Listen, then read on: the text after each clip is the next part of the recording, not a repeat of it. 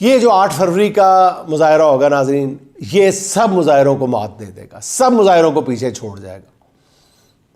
مطلب یہ 8 فروری کو احتجاج کی کال دی جائے گی، اس کے بعد پھر پورے ملک میں جلسے اور آخر میں اسلام آباد کی جانب مارچ کی کال دی جائے گی۔ اب ذرائع کا یہ کہنا ہے کہ عمران خان ایسا کوئی تاثر بھی نہیں دینا چاہتے کہ وہ کسی ڈیل کے نتیجے میں جیل سے باہر آ رہے ہیں، اور یہی وجہ ہے کہ انہوں نے بنی گالا شفٹ ہونے کی آفرز جو ہیں وہ بار بار مسترد کی ہیں۔ دوسرا، عمران خان کی نظر جو ہے وہ صرف جیل سے رہائی پر نہیں ہے، وہ جانتے ہیں کہ جیل سے نکل کر انہیں ایک اور امتحان درپیش ہوگا جس کی انہوں نے تیاری شروع کر دی ہے۔ انہوں نے دو ٹوک انداز میں کہا ہے کہ وہ پاکستان کے معاملات میں غیر ملکی مداخلت نہیں چاہتے، وہ صرف یہ چاہتے ہیں کہ امریکہ پاکستان کے معاملات میں نیوٹرل رہے۔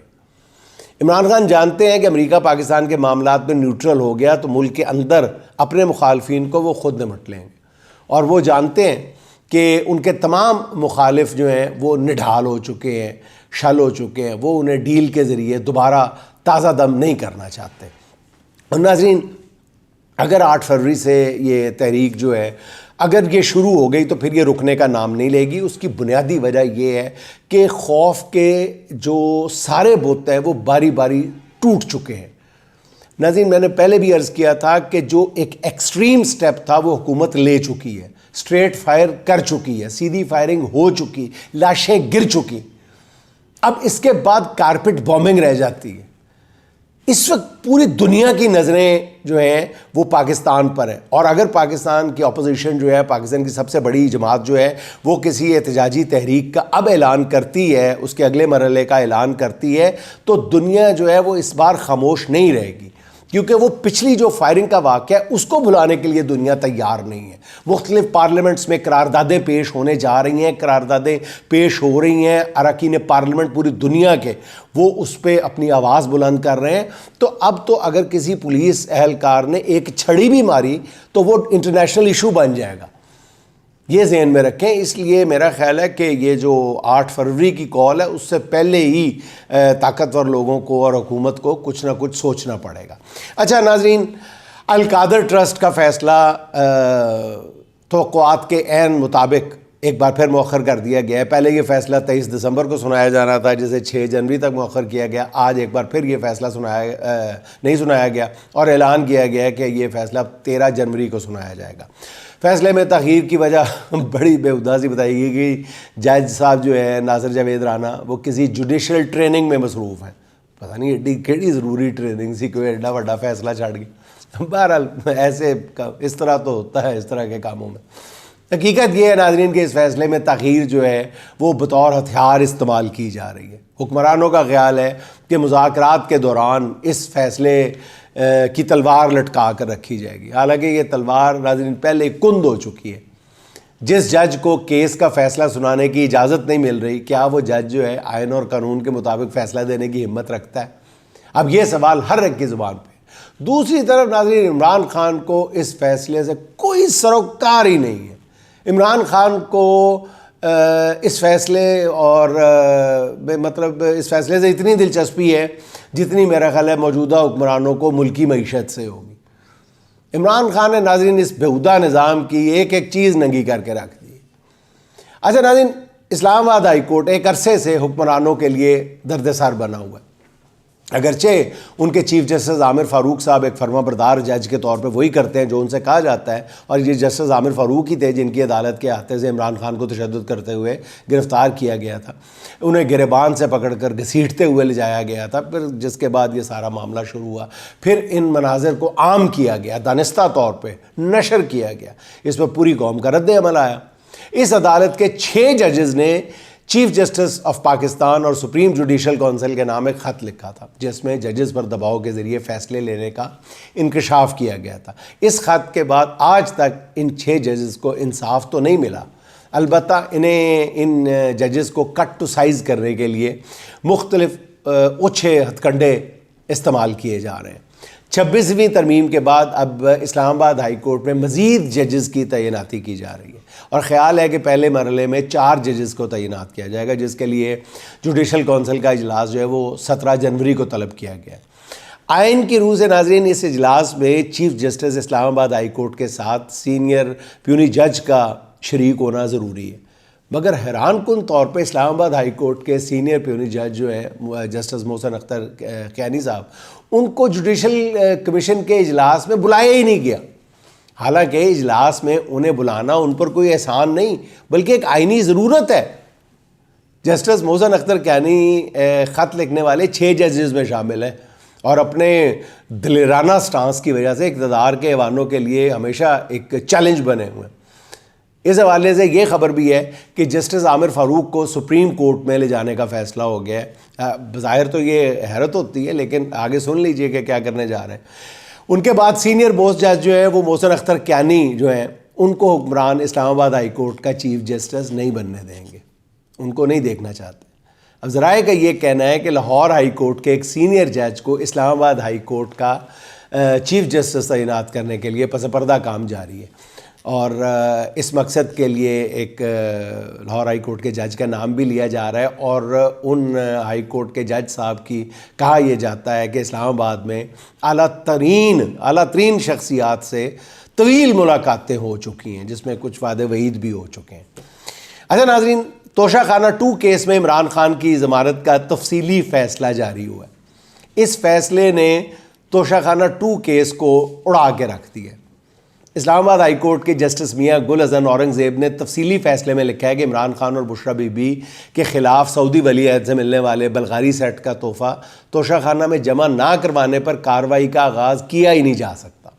جب کارروائی ہو ہی نہیں سکتی تھی تو پھر توشہ خانہ 2 مزید انکوائری کا کیس ہے، اس لیے عمران خان کی ضمانت منظور کی جاتی ہے۔ توشہ خانہ 2 کیس جس کی کارروائی اسپیشل کورٹ میں جاری ہے، اس میں عمران خان اور ان کی اہلیہ پر فرد جرم عائد ہو چکی ہے۔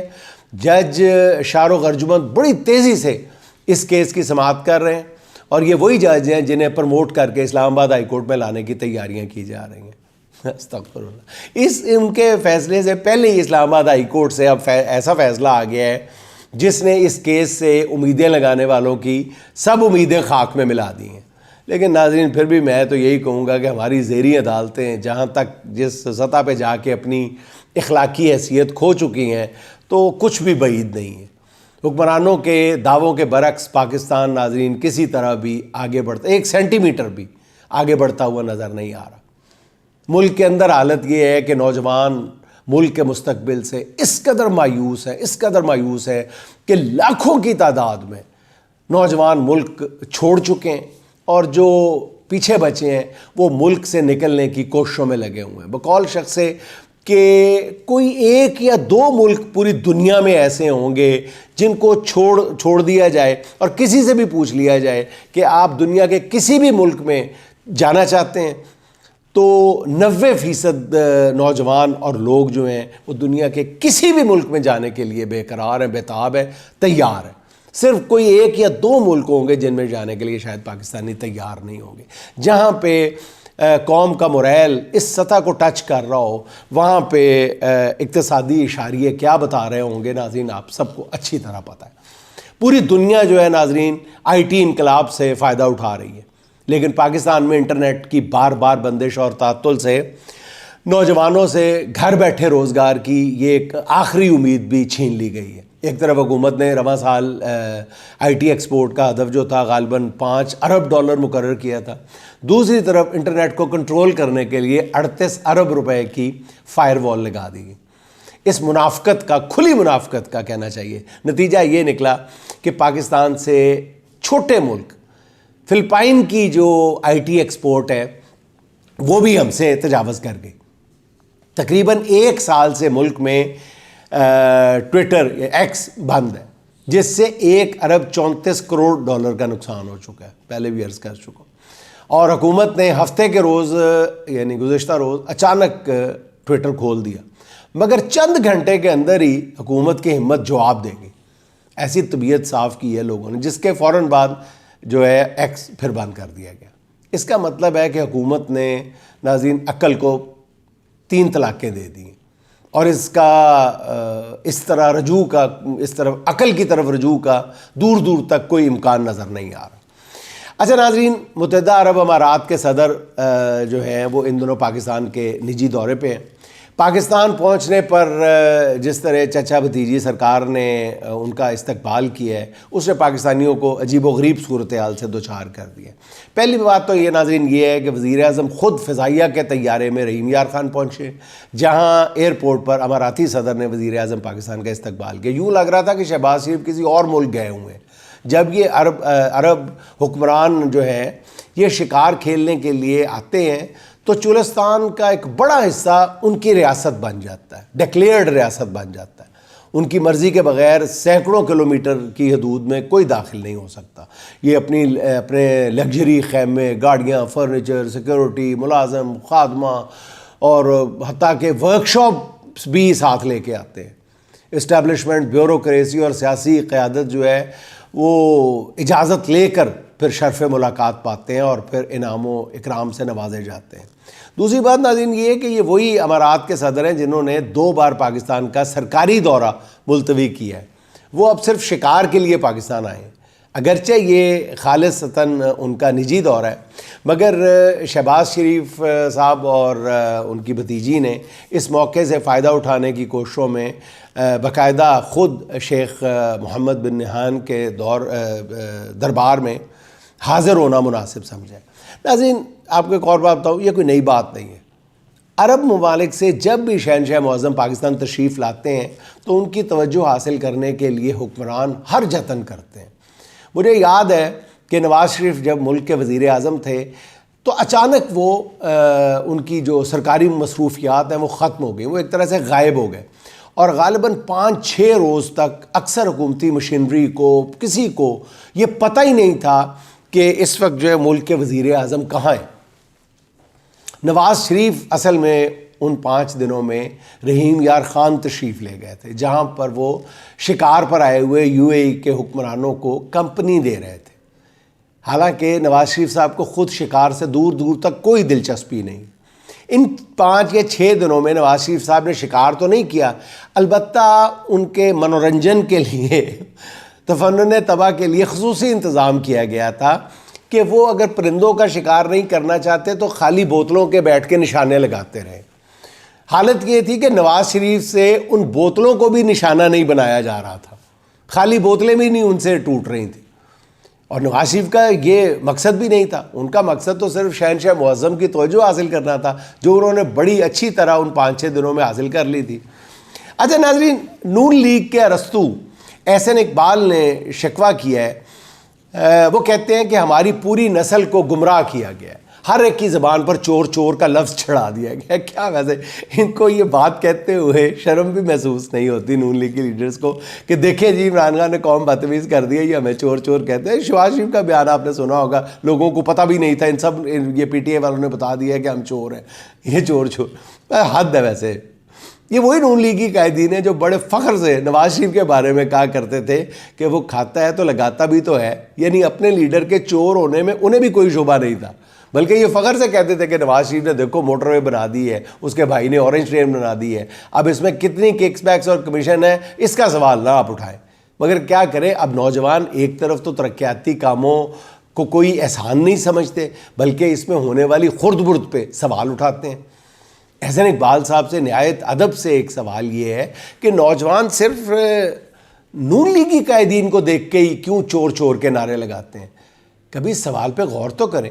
اچھا پھر احسن اقبال صاحب مزید فرما رہے ہیں کہ پاکستانی عوام اور سرمایہ کاروں کو حکومت کی طرف سے جو بے پناہ سہولتیں فراہم کی جا رہی ہیں، عوام اور سرمایہ کاروں کو اس سے بھرپور فائدہ اٹھانا چاہیے۔